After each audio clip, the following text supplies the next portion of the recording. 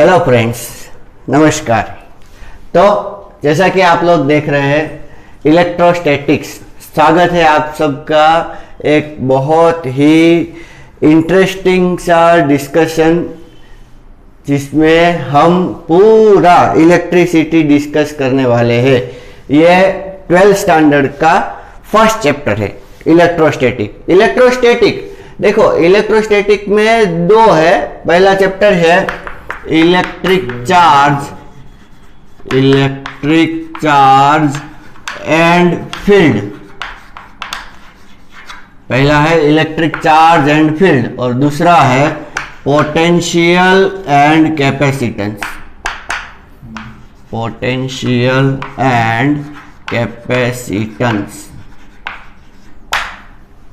These two chapter comprises the electrostatics। ठीक है, electrostatics क्या है? ठीक है, बहुत ही इंटरेस्टिंग ब्रांच है। देखो इलेक्ट्रोस्टैटिक, इलेक्ट्रो का मतलब आपको क्या पता चलता है? इलेक्ट्रोस्टैटिक मींस, पहले उसकी डेफिनेशन लिख देते हैं। It is branch of physics.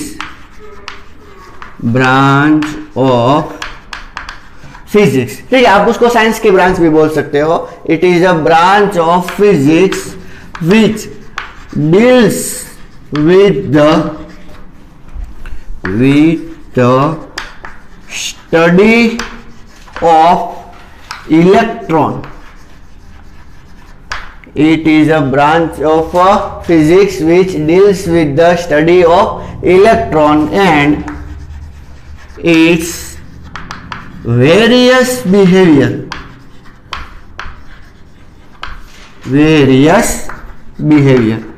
देखो आप भी अपना बिहेवियर सिचुएशन के अकॉर्डिंग चेंज करते हो, सही बात है ना। इसी तरह ये इलेक्ट्रॉन आपने 10th में सुना होगा, वो इलेक्ट्रॉन, ठीक है, वो भी अपना बिहेवियर सिचुएशन के अकॉर्डिंग चेंज करता है। कभी ऊपर जाता है, कभी नीचे, कभी दाएं बाएं, कहां भी चला जाता है। ठीक है, तो उसका बिहेवियर स्टडी करना है and various applications based on it। Various application based on it when charge is steady। एक बहुत इंपॉर्टेंट बात मैं आपको बोल दूं, इलेक्ट्रॉन स्टेडी नहीं रह सकता। इलेक्ट्रॉन तो क्या करता रहता है, घूमता रहता है। लेकिन हम स्टडी करेंगे ये चार्ज है, आखिर में चार्ज होता क्या है वो सब, ठीक है ना। वो मतलब कि किसी बॉडी में चार्ज आ गया, फॉर एग्जांपल इसमें चार्ज आ गया और ये स्टेडी है, तब इसकी एप्लीकेशन क्या है, इसकी प्रॉपर्टीज क्या है, ये कैसे कहां से चार्ज आया, वो सब स्टडी करेंगे। तो वो क्या है? इलेक्ट्रोस्टैटिक। फिर से देखें, it is a branch of physics which deals with the study of electron. Okay, वो तो अभी हमें पता चला कि ये इलेक्ट्रॉन है, पहले कुछ ऐसा पता नहीं था कि इलेक्ट्रॉन जैसा कुछ है भी। ठीक है, क्या होता है देखो, सब कुछ ऑब्जर्वेशन से बनता है। ऑब्जर्वेशन से मतलब directly what we are saying that, हम डायरेक्टली ऐसा नहीं बोल सकते कि ग्रेविटेशनल फोर्स है या कोई और फोर्स है। First it is get observed, और ऑब्जर्व कब होता है? देखो इंटेंशनली कोई ऑब्जर्व नहीं करता, कोई भी डिस्कवरी इंटेंशनली नहीं होती, हमेशा वो कैसी होती है? एक्सीडेंटली होती है। फॉर एग्जाम्पल देखो, यहां पर इसका ऑब्जर्वेशन कहां हुआ? सबसे पहले अगर हम बात करें तो लाइटनिंग में। एक्चुअली में ये इलेक्ट्रिसिटी ब्रांच इतनी इंटरेस्टिंग है और इतनी जगह पर आपको ऑब्जर्व किए, आप उसको ऑब्जर्व कर सकते हो। फॉर एग्जांपल देखो, हम शुरू से शुरू करें तो हमारी बॉडी में सेल होता है, और सेल में क्या होता है? माइटोकॉन्ड्रिया में इलेक्ट्रिसिटी प्रोड्यूस होती है। फिर वो electricity through neurons it circulate through whole body and our body mechanism get works, okay, because of this electrostatic। वो लाइटनिंग की बात कर रहा था मैं, थोड़े प्रैक्टिकल एग्जांपल देखे, प्रैक्टिकल एग्जांपल्स, जिससे ऐसा पता चला कि नहीं ऐसा कुछ इलेक्ट्रिक जैसा है। पहले नहीं पता था कि कुछ इलेक्ट्रिक जैसा है, पहले उसको ऑब्जर्व किया गया इंटेंशनली। सबसे पहला मैंने बोला कि वो जो लाइटनिंग वो तो आप लोगों ने भी देखा होगा। ओके, लाइटनिंग देखो कैसा, मतलब कि अगर कहीं पे आग लगती है तो आप क्या सोचो, मगर अगर उसको बुझाना है तो आप क्या करोगे, उसके ऊपर पानी डालोगे, ठीक है, कोई बात नहीं। But this lightning happens during raining, चारों ओर से बारिश आ रही है और उसमें भी ये लाइटनिंग हो रही है, और लाइटनिंग सोचो कि कहीं पे बिजली गिरी तो वो जला देगी सब कुछ। तो देखो ये बहुत ही मतलब क्या इंटरेस्टिंग टॉपिक बन गया ना, कि पानी कहां पर यूज होता है, आग को बुझाने के लिए पानी को यूज करो, फायर एक्सटिंग्विशर हम यूज कर सकते हैं, बट बिटवीन दिस और around this whole water during this raining lightning gets occur, ठीक है ना। ये पहला ऑब्जर्वेशन किया गया, या ये कैसे हुआ, कैसे पॉसिबल हुआ। दूसरा अगर हम बात करें तो ये हमारा कॉमन ऑब्जर्वेशन, ये कॉम्ब वाला, ड्राई हेयर में अगर आप कॉम्ब को ऐसे रब करोगे और उसको पीसीस ऑफ पेपर के साथ ले जाओगे, पीसीस ऑफ पेपर के पास ले जाओगे तो वो क्या करेंगे, थोड़े से ऊपर आएंगे, तो वहां पर भी ऐसा पता चला कि नहीं कुछ डिफरेंट है, ठीक है। और क्या है कि अगर हाँ एक ऐसा भी ऑब्जर्व किया गया कि वुलन क्लॉथ्स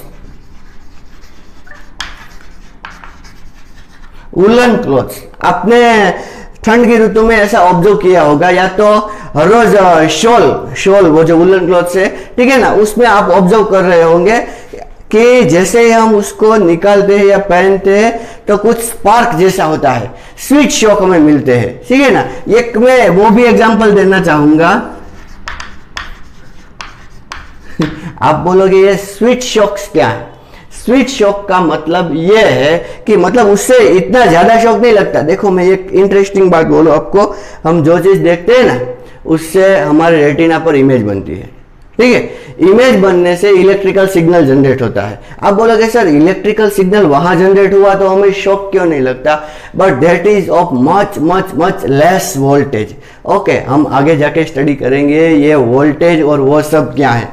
तो ये सब और इतनी सारी नहीं, ये स्विच शॉक्स और लाइटनिंग और कॉम इतनी ही नहीं, बहुत सारी इंटरेस्टिंग ऐसी चीजें देखने को मिली जिससे पता चला कि नहीं कोई इलेक्ट्रिक चार्ज जैसा भी है, ठीक है ना। अब क्या है कि साइंटिफिक मेथड किसे बोलते हैं कि पहले नेचर में उसको ऑब्जर्व करते हैं, okay, and then after some scientist ये ऑब्जर्व किया, बाद में उसको एक्सपेरिमेंट करते हैं।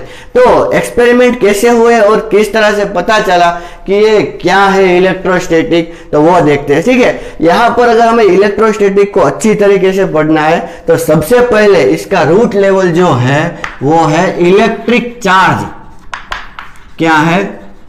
इलेक्ट्रिक चार्ज, इसको हमें स्टडी करना होगा। इलेक्ट्रिक चार्ज का सिंबल है Q, ठीक है। अब पहले इलेक्ट्रिक चार्ज होता क्या है, मतलब कि कैसे डिटेक्ट किया गया कि हाँ यही इलेक्ट्रिक चार्ज है, ऐसा ही इलेक्ट्रिक चार्ज है।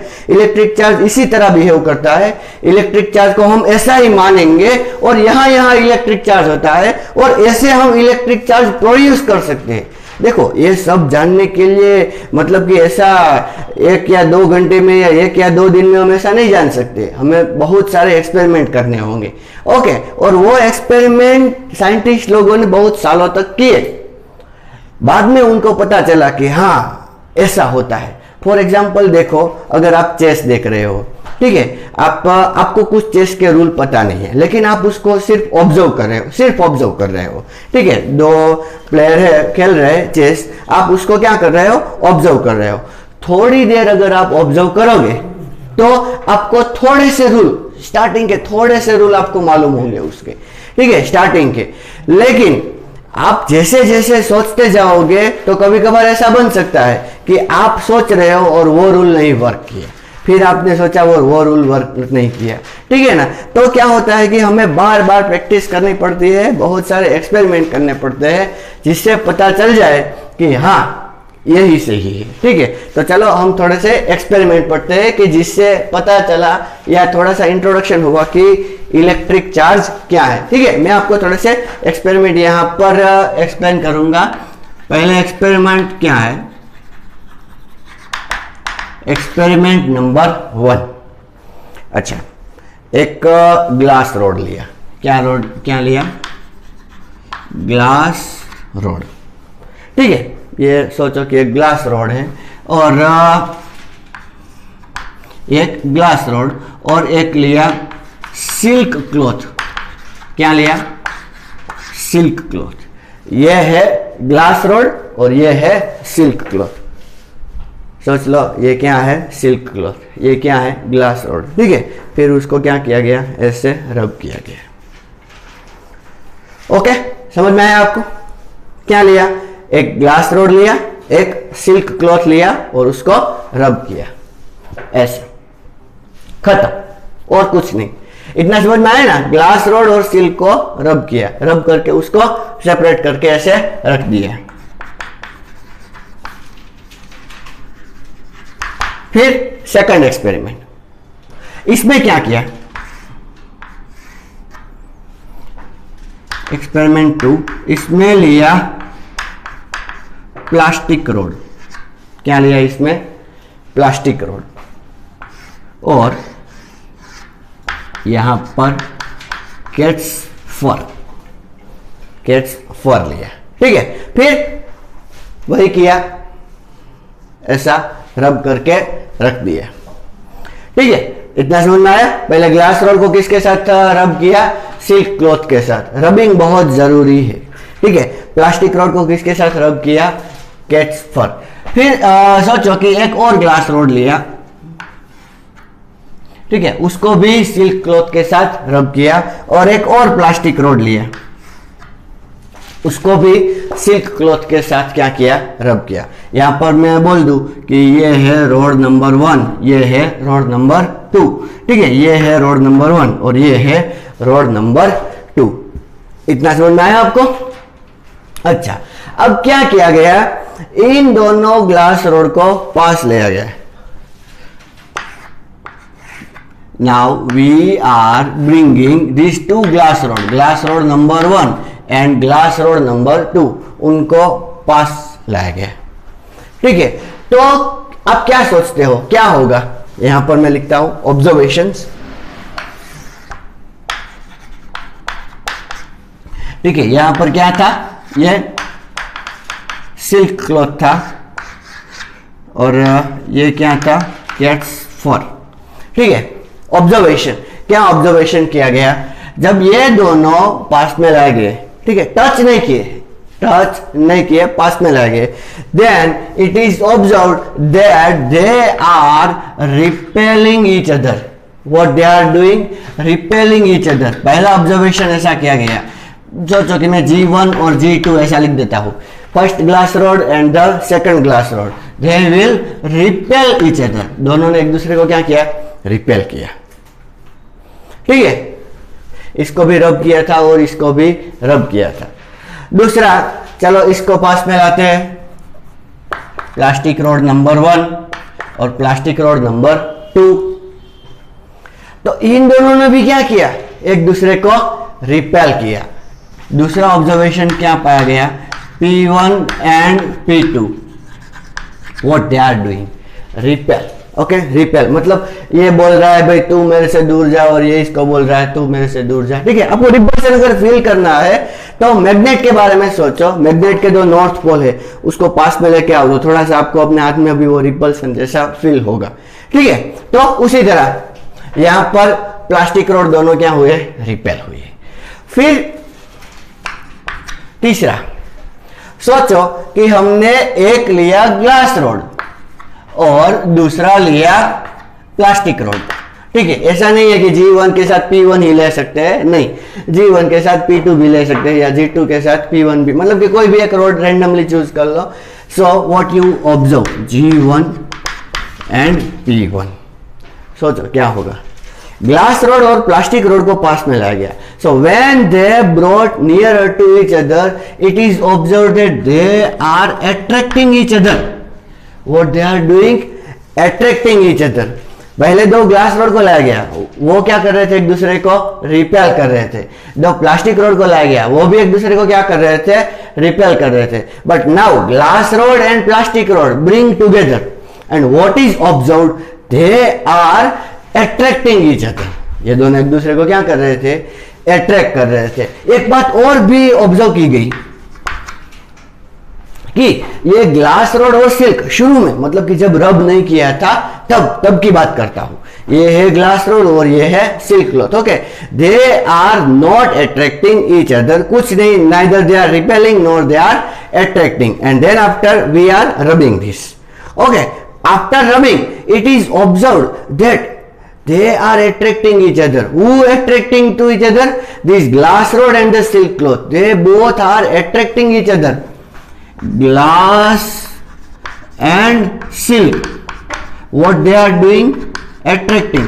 See, what am I saying? They are not attracting, neither they are attracting nor they are repelling before rubbing, but after rubbing they start attracting each other. And the same thing is observed in the plastic rod and cats fur. इसमें भी ऐसा observe किया गया कि ये दोनों भी एक दूसरे को अट्रैक्ट कर रहे हैं। देखो, ये दोनों ग्लास रॉड और सिल्क एक दूसरे को अट्रैक्ट कर रहे हैं, प्लास्टिक रॉड और कैट्स फर ये दोनों भी एक दूसरे को क्या कर रहे हैं? अट्रैक्ट कर रहे हैं। ऐसा ऑब्जर्व किया गया। अभी एक चीज इंटरेस्टिंग सी और भी मालूम हुई। क्या? सोचो कि ये इसको अट्रैक्ट कर रहा है और ये इसको अट्रैक्ट कर रहा है। कोई बात नहीं, चलो एक दूसरे के पास आ जाए, हमें क्या प्रॉब्लम है? दोनों एक दूसरे को अट्रैक्ट कर रहे हैं, तो दोनों ने एक दूसरे को टच कर लिया। सोचो क्या कर लिया? एक दूसरे को टच कर लिया। और बाद में जब हमने उसको सेपरेट किया तो क्या मालूम हुआ? they are now no longer attracting each other। ठीक है, बहुत मतलब कि उसको बहुत इच्छा हो रही थी कि इसके पास जाऊं, ये भी बहुत कर रहा था कि इसके पास जाऊं, दोनों को मिला दिया। बाद में पता चला कि एक बार मिलने के बाद कुछ नहीं। ठीक है ना? तो क्या हुआ कि क्या ऑब्जर्व किया गया? आफ्टर टचिंग, सी इसमें भी ऐसा ही ऑब्जर्व किया गया। प्लास्टिक रॉड और कैट्स फर में, प्लास्टिक रॉड और कैट्स फर पहले एक दूसरे को अट्रैक्ट कर रहे थे, लेकिन उन दोनों को टच करने के बाद, एक दूसरे से टच करने के बाद उन्होंने भी अट्रैक्शन या तो रिपल्शन, कुछ भी कहो, वो करना छोड़ दिया। ठीक है, तो मैं क्या बोल रहा हूं यहां पर कि no attraction between glass and silk after touching. Touch करने के बाद उन दोनों में कोई अट्रैक्शन नहीं रहा। ठीक है, थोड़ा सा ऑब्जर्वेशन और भी किया गया, देखते हैं क्या ऑब्जर्वेशन किया गया। सोचो कि एक ऐसा रिजिड सपोर्ट है और यहां पर दो पिच बॉल है। क्या है? दो पिच बॉल। अभी आप पॉलीस्टाइरीन बॉल भी यूज कर सकते हो। ठीक है, हाँ, ये दोनों ऐसे ही हैंग किए हुए थे। फिर क्या नया हुआ कि वो जो ग्लास रॉड था उसको रब करके इसके पास लाया गया, इसको ऐसा टच किया गया, टिंग टिंग, दोनों को टच किया। दोनों को टच किया, टच करने से ऐसा मालूम पड़ा, आफ्टर टच। सी, एक बात मैं आपको बोल दूं, यहां पर मैं जो भी चीज लिख रहा हूं, ओके, हर बार मैं ऐसा नहीं बोलूंगा कि ये चीज आप नोट कर लो और ये नोट करो तभी आप नोट करोगे, ऐसा नहीं है। Okay, whenever you are observing that yes this is good for the knowledge, okay, and it can be helpful in the future, then you can note it. Okay, अच्छा, तो फिर से शुरू करें। यहां पर ये दोनों बॉल को टच किया तो क्या ऑब्जर्व किया गया? आप पहले सोचो क्या ऑब्जर्व किया गया होगा। Then it is observed that they are repelling each other। इसको भी प्लास्टिक रोड के साथ टच किया गया था, इसको भी प्लास्टिक रोड के साथ ही टच किया गया था।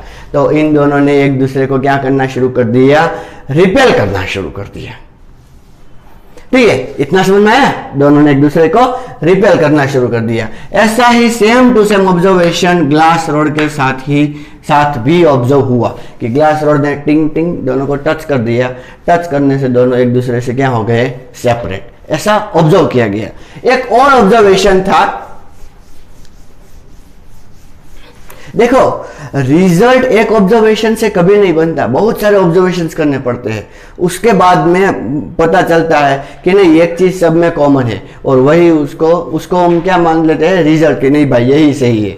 लेकिन हर बार वो भी सही हो, वो भी कंपलसरी नहीं है। Still we are not knowing the nature 100%, अभी तक हमें नेचर के बारे में 100% पता ही नहीं है। ठीक है, आज मैं बोल रहा हूँ ऐसा हो रहा है, कल आप अगर एक्सपेरिमेंट करके इसको रॉन्ग भी प्रूव कर सकते हो। ठीक है, बट अभी तक के लिए इसको सही मान लो एग्जाम के लिए। हाँ, एग्जाम की बात आई तो मैं आपको बोल दूँ, देखो ये इलेक्ट्रोस्टैटिक इंटरेस्टिंग टॉपिक है, और अच्छी बात तो ये है कि ये इजी भी है, इंटरेस्टिंग है, इजी भी है, इजी टू अंडरस्टैंड। और हर साल लास्ट 10 इयर्स के अगर आप JEE और नीट के अगर पेपर्स चेक करोगे तो आपको पता चलेगा that from this topic, from this electrostatic, nearly 3 to 4 question asked in every competitive examination. सब एग्जाम में इसके 3 या 4 क्वेश्चन तो आते ही है, और बोर्ड में भी ये बहुत इंपॉर्टेंस रखता है। ठीक है, तो क्या है, देखिए कि जो चीज बहुत इंपॉर्टेंट है, नेचर बहुत मतलब कि हमारे साथ अच्छा कर रहा है, जो चीज बहुत इंपॉर्टेंट है उसको सबसे इजीली अवेलेबल करवा रहा है। फॉर एग्जाम्पल सोचो कि सबसे इंपॉर्टेंट क्या है हमें जीने के लिए, ऑक्सीजन। ठीक है ना, तो क्या ऑक्सीजन के लिए आपको कोई चुकाना पड़ता है, कुछ चीज चुकानी पड़ती है? नहीं। Okay, it is available freely. Then after think water that is also much important. खाना खाने बिना रह सकते हो, पानी पिए बिना नहीं रह सकते।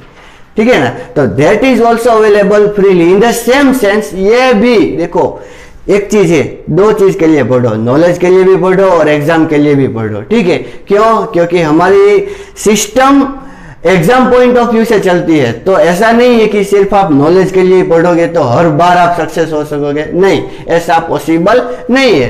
ठीक है, तो हर बार ऐसा ट्राई करो कि जो भी कंसेप्ट हो उसमें से कुछ इंपॉर्टेंट चीज निकालो और वो चीज को नोट करने की ट्राई करो। ठीक है, अच्छा एक बात और, इसको प्लास्टिक रोड के साथ टच किया गया और इसको ग्लास रोड के साथ टच किया गया।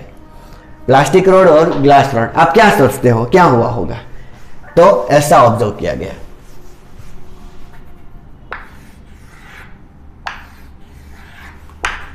उन दोनों ने एक दूसरे को अट्रैक्ट किया। ठीक है, उन दोनों ने एक दूसरे को अट्रैक्ट किया, फिर से अट्रैक्ट किया, फिर अट्रैक्ट कर रहे तो टच तो करना पड़ेगा। टच करने के बाद ऐसा मालूम हुआ कि दोनों अभी एक दूसरे से कोई लगाव नहीं रख रहे, मतलब कि neither they are attracting nor they are repelling. हाँ, एक बात मैं बोल दूं कि वो जो ग्लास रोड और सिल्क क्लॉथ था जिसमें अट्रैक्शन 0 हो गया था, but here we can not say that attraction will be 0, it can be non zero. ठीक है, आगे चल के हम देखते हैं कि वो क्यों नॉन जीरो है। ठीक है, इतने सारे ऑब्जर्वेशन करने के बाद ऐसा कुछ समझ में आने लगा कि नहीं, ये रब करने से कुछ होता है। ठीक है, तो वो क्या होता है? ओके, उसको बोलते हैं इलेक्ट्रिक चार्ज। क्या बोलते हैं? Electric charge. Body gets charged, body क्या हो जाती है? चार्ज। रब होने की वजह से बॉडी क्या हो जाती है?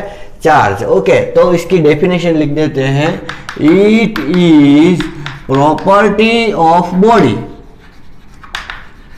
Property of body because of which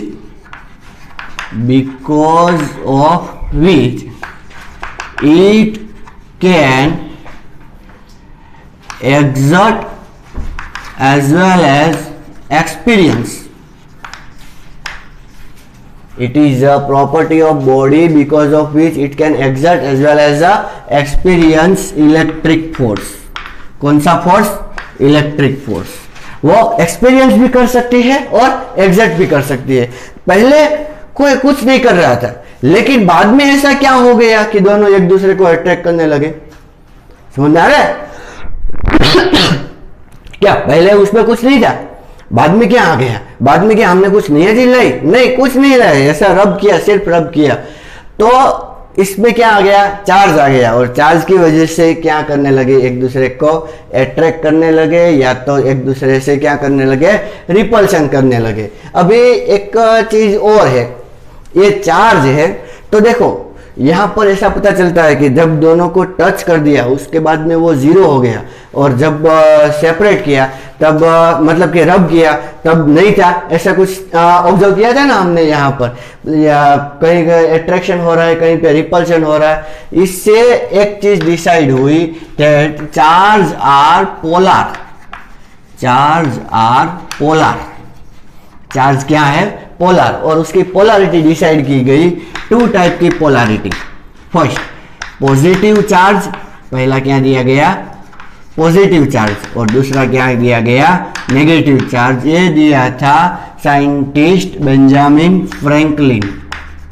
सबसे पहले चार्ज, देखो अभी इलेक्ट्रॉन के बारे में हमें इतना नहीं पता है, सिर्फ चार्ज, दो टाइप के चार्ज है, एक पॉजिटिव और दूसरा नेगेटिव। अच्छा एक बात मैं और भी बोल दूं, ऐसा कैसे पता चला कि एक पॉजिटिव ही है और दूसरा नेगेटिव ही है, तो वो वाला ऑब्जर्वेशन कि जिसमें ये दोनों एक दूसरे को अट्रैक्ट कर रहे थे, ठीक है, बाद में जब टच किया तब क्या हुआ कि वो दोनों एक दूसरे से अट्रैक्ट नहीं कर रहे। तो अगर हम सोच के चले कि दोनों में चार्ज है, दोनों में क्या है, चार्ज है, तो बाद में चार्ज जीरो हो गया, तो कोई भी नंबर जीरो कब हो सकता है, मुझे चार्ज जीरो कब हो सकता है, जब एक पॉजिटिव हो और दूसरा नेगेटिव हो। इससे ऐसा पता चला कि हाँ दो पोलैरिटी हो सकती है, एक पॉजिटिव और दूसरी नेगेटिव। ओके, और एक दूसरी बात, when charge produce it produce equally and with opposite polarity।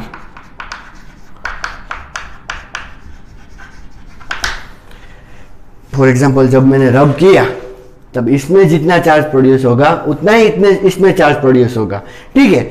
ये एक अगर पॉजिटिव है तो दूसरा नेगेटिव, ऐसा नहीं है कि पॉजिटिव ज्यादा और नेगेटिव कम, नो। ओके, एक बात अच्छी तरीके से समझ लो, कोई अगर आपको पूछे कि भैया इलेक्ट्रॉन और प्रोटॉन में से किसके पास ज्यादा चार्ज है, तो आप बोलोगे प्रोटॉन के पास प्लस ई है और इलेक्ट्रॉन के पास नेगेटिव ई है, ठीक है, आपने 10th में ऐसा पढ़ा होगा, हम भी आगे ऐसा देखेंगे। तो पॉजिटिव है इसीलिए बड़ा, नहीं, ऐसा नहीं है, ये तो सिर्फ कन्वेंशन है। बेंजामिन फ्रैंकलिन ने ऐसा बोल दिया कि क्या है, देखो हमने जो पहला एक्सपेरिमेंट किया था, पहला एक्सपेरिमेंट क्या था कि एक ग्लास रोड था, उसको किसके साथ रब किया, सिल्क के साथ, और दूसरा प्लास्टिक रोड था, उसको किसके साथ रब किया, फर के साथ। तो अब किसको कैसा चार्ज दे, क्या करे, तो ऐसा दे दिया कि ग्लास रोड को मानो कि पॉजिटिव देते, ग्लास रोड को क्या दे देते हैं, पॉजिटिव। तो ग्लास रोड को अगर पॉजिटिव देना है तो सिल्क क्लॉथ को क्या देना पड़ेगा, नेगेटिव। ग्लास रोड को पॉजिटिव तो सिल्क क्लॉथ को क्या देना पड़ेगा, नेगेटिव, ठीक है। इतना समझ में आया आपको। अच्छा एक बात और देखो, ग्लास रोड और सिल्क क्लॉथ वो दोनों एक दूसरे को अट्रैक्ट कर रहे थे, और ग्लास रोड और प्लास्टिक रोड ये दोनों भी एक दूसरे को अट्रैक्ट कर रहे थे। ग्लास और सिल्क भी अट्रैक्ट कर रहे थे, ग्लास और प्लास्टिक भी अट्रैक्ट कर रहे थे। तो इसका मतलब क्या है कि प्लास्टिक के ऊपर भी कौन सा चार्ज होगा, नेगेटिव। और very simple, if plastic is having the negative charge then fur will carry the positive charge. Okay, positive negative, negative positive, इतना समझ में आया। हाँ, ये दोनों एक दूसरे को अट्रैक्ट कर रहे थे। तो इससे एक बात और भी पता चली, देखो पहले ये क्या पता चला कि इक्वल होते हैं और अपोजिट होते हैं, इतना समझ में आया। फिर बाद में ऑब्जर्व किया गया अट्रैक्शन वाला। फिर ग्लास देखो, एक ग्लास को रब किया, दूसरे ग्लास को रब किया, तो पहले में पॉजिटिव आएगा तो दूसरे में तो पॉजिटिव ही आएगा। वो दोनों एक दूसरे को क्या कर रहे थे, रिपेल कर रहे थे। और ये जो मटेरियल और रोड है वो क्या कर रहे थे, वो अट्रैक्ट कर रहे थे। तो उससे पता चला like charge repel each other, like charge एक दूसरे को क्या करेंगे, रिपेल करेंगे। और अनलाइक चार्ज क्या करेंगे, अट्रैक्ट करेंगे। ठीक है। लाइक चार्ज एक दूसरे को क्या करेंगे, रिपेल करेंगे, और अनलाइक चार्ज क्या करेंगे, एक दूसरे को अट्रैक्ट करेंगे, ठीक है। आप देखो, अगर आप साइंटिफिक मेथड से जानना चाहते हो कि कितना चार्ज प्रोड्यूस हुआ और किस तरह चार्ज प्रोड्यूस होता है, तो एक एक्सपेरिमेंट है, चार्ज को कैसे डिटरमाइन किया जाता है।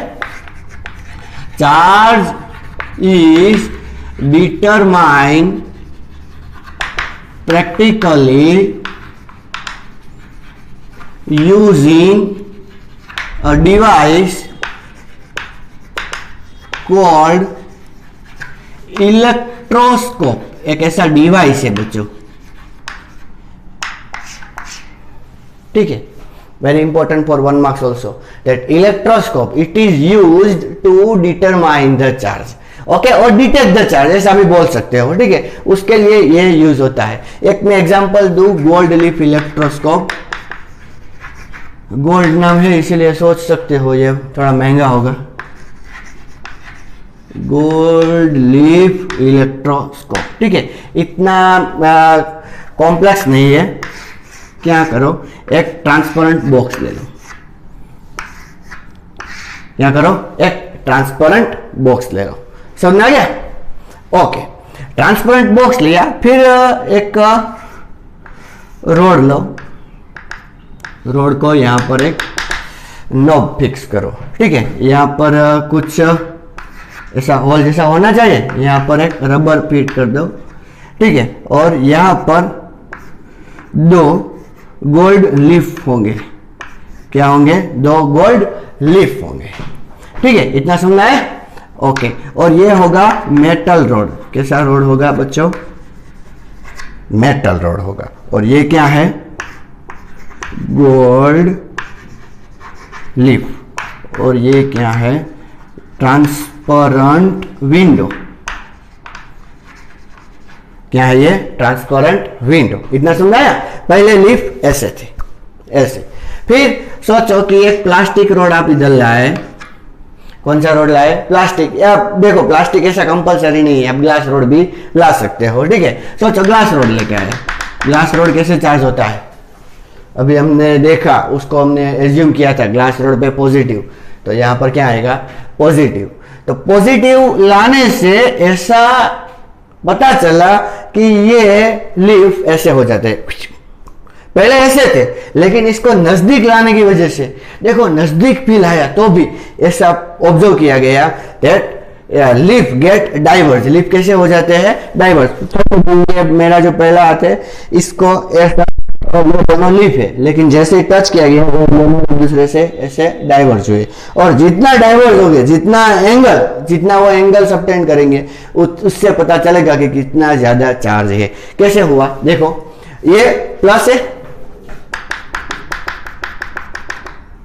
तो इधर प्लस है और इधर भी प्लस आ जाएगा, ठीक है, यहां से ऐसे प्लस, समझ आ रहा है, देखो यहां से ऐसे ट्रांसफर हुआ, वो बॉल की तरह, पिच बॉल में हमने टच किया था, वो चार्ज कैसे उसमें चला गया था, और दोनों में सेम चार्ज आ गया था, इसलिए रिपेल, अगर दोनों डिफरेंट रोड थे तो दोनों अट्रैक्ट कर रहे थे, पता है ना। अच्छा, ठीक इसी तरह यहां पर ऐसा किया गया, टच करोगे तो ऐसा होगा, अगर टच नहीं करोगे तो क्या होगा, अगर देखो टच किया तो प्लस इसमें चला गया, अगर टच नहीं किया तो देखो ये रोड है, ठीक है, और ये लीफ है, गोल्ड लीफ, तो आप ऐसा सोच सकते हो कि यहां पर प्लस है, मैंने टच नहीं किया तो प्लस हुआ, तो यहां पर नेगेटिव चला आएगा, यहां पर नेगेटिव चला आएगा, और नेगेटिव चला आया तो यहां पर क्या बन जाएगा, पॉजिटिव, क्या बन जाएगा, पॉजिटिव, समझ में आ रहा है ना। तो इस, और ये कितना डाइवर्ज होता है, इससे पता चलेगा कि ये कितने चार्ज इसमें, कितना चार्ज इसमें आया, okay, how much charge it contain, समझ में आ रहा है कि नहीं। देखो आप घर पे भी ऐसा एक इलेक्ट्रोस्कोप बना सकते हो, बहुत सिंपल है, वो जो कर्टेन का रोड होता है ना, कर्टेन, ठीक है, उसको ले लो और एक साइड वो नॉब बनाया, एक उसको कट करके थोड़ा सा ऐसा एक क्या शार्प इसको बना दो, और उसके साथ 2 एल्यूमिनियम फॉइल आप ज्वाइन कर सकते हो, ठीक है। फिर यहाँ पर अगर आपको रॉड टच करोगे तो ये दोनों एल्यूमिनियम फॉइल ऐसी होगी। एक दूसरी बात ये भी है कि एक पेपर स्ट्रिप ले लो, बहुत सिंपल, एक पेपर स्ट्रिप ले लो, ठीक है, उसको बीच में से फोल्ड कर दो, पेपर स्ट्रिप को बीच में से फोल्ड कर दिया, ठीक है, इतना सुनना है। अच्छा, अभी उस पहले वो मार्क बन गया, उस पेपर स्ट्रिप को आयरन कर दो, थोड़ा सा आयरन, ओके। आयरन करने के बाद यहां पर अगर आप उसको होल्ड करोगे तो आपको पता चलेगा कि वो थोड़े से सेपरेट हो रहे हैं। क्यों? क्योंकि इन दोनों में क्या आ गया, चार्ज। जितना चार्ज हुआ होगा उतने वो सेपरेट हो गए, ज्यादा चार्ज होगा तो ज्यादा सेपरेट हो गए, कम चार्ज हुआ तो कम सेपरेट हो गए, ठीक है ना। तो इस तरह हमें पता चलता है कि हाँ चार्ज आ गया है, ये कुछ चार्ज है, यहां पर ऐसे चार्ज होता है, ठीक है ना। तो आज हमने देखा इंट्रोडक्शन, सिर्फ इंट्रोडक्शन, कि क्यों हम चार्ज को पढ़ते हैं और क्यों, मतलब कि किस तरह हमें पता चला कि हाँ इलेक्ट्रिक चार्ज ऐसा है, और इस तरह हम आगे इसको स्टडी कर सकते हैं, ठीक है ना। और आगे जाके हम देखेंगे अगले वीडियो में, जिसमें हम देखेंगे कि ये चार्ज है, इसकी प्रॉपर्टी क्या है, और ऐसा मटेरियल ही यहाँ पर क्यों यूज किया गया, कंडक्टर, इंसुलेटर, ठीक है ना, उसकी प्रॉपर्टी थोड़ी सी हम स्टडी करेंगे। और हाँ, एक बहुत ही इंपॉर्टेंट प्रोसेस भी स्टडी करने वाला है, चार्जिंग, ठीक है। तो चार्जिंग कैसे किया जाता है, चार्जिंग बाय इंडक्शन और वो सब, ठीक है ना, वो सब हम अगले लेक्चर्स में देखेंगे, ठीक है। तब तक के लिए नमस्कार।